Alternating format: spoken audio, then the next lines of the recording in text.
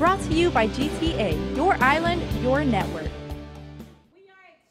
The Lou and Josh team raised $1.6 million during the election, and they didn't stop there.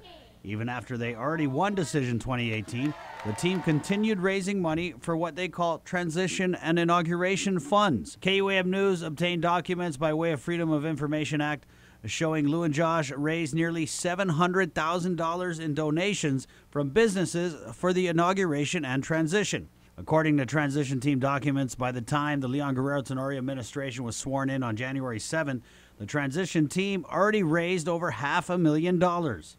And while transition team officials had said the inauguration would cost $250,000, a review of these documents show the inauguration's real price tag was $417,436. After the swearing in, the transition fund's balance was $96,000. Now, Guam law says donations in excess of the amount needed to pay expenses of the transition committee shall be the property of the government of Guam and shall be deposited with the Treasury of Guam no later than 30 days after the swearing in of the new administration. But that's not what happened with the fund's balance. Instead, after the inauguration, the administration kept taking donations.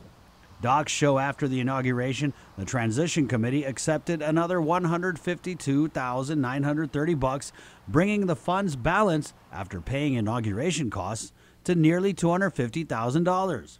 The month Lou and Josh took office, the transition fund began spending money on what it labeled as executive office expenses. The committee spent $40,000 on furniture, $30,000 on carpets, and $35,000 on a contractor, $9,000 paid to AutoSpot, $20,000 paid to the Bank of Guam.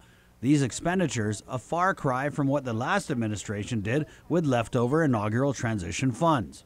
Former Governor Eddie Calvo tells KUAM News when he won election in 2010, the $90,000 he had left after paying inaugural costs went to a good cause. It was decided that we would donate whatever the balance was to Camelin Caridad. So it wasn't the complication of having to do anything where you're sending money over to the government. So, that's where there's a little bit of a difference. We didn't donate to the government. While Guam law says the governor can accept donations, these donations were made to the Transition Committee, which is bound by laws governing how long these funds can be used and what must be done with the fund's balance. But who holds the use of this transition fund accountable?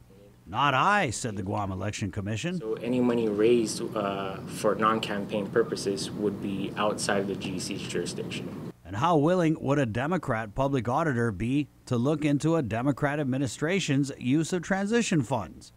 Public Auditor B.J. Cruz declined an on-camera interview, but in a statement told KUAM News, the OPA has not been requested to conduct an audit, nor has the OPA ever conducted an audit of any prior transition. The law dealing with gubernatorial transitions says a report of donations received and funds spent shall be included in the transition report the committee presents to the legislature.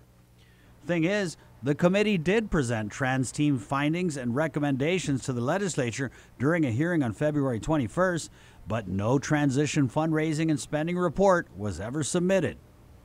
We asked the Leon Guerrero Administration several questions about this fund over a month ago, and now, over a month later, KUAM News is still waiting for answers. One of the questions we asked, does the administration still have to follow procurement laws if it's using transition funds on government projects?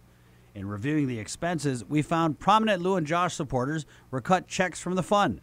Johnny Cool Torres was paid $47,000 from the fund. Even Maga Haga Leon Guerrero was cut a check for almost $4,000 on December 14th. Another question.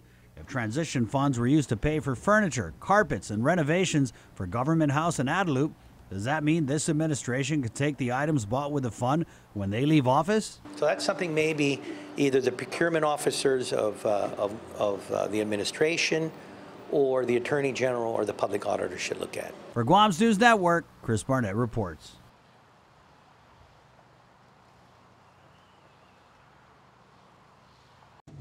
Brought to you by GTA, your island, your network.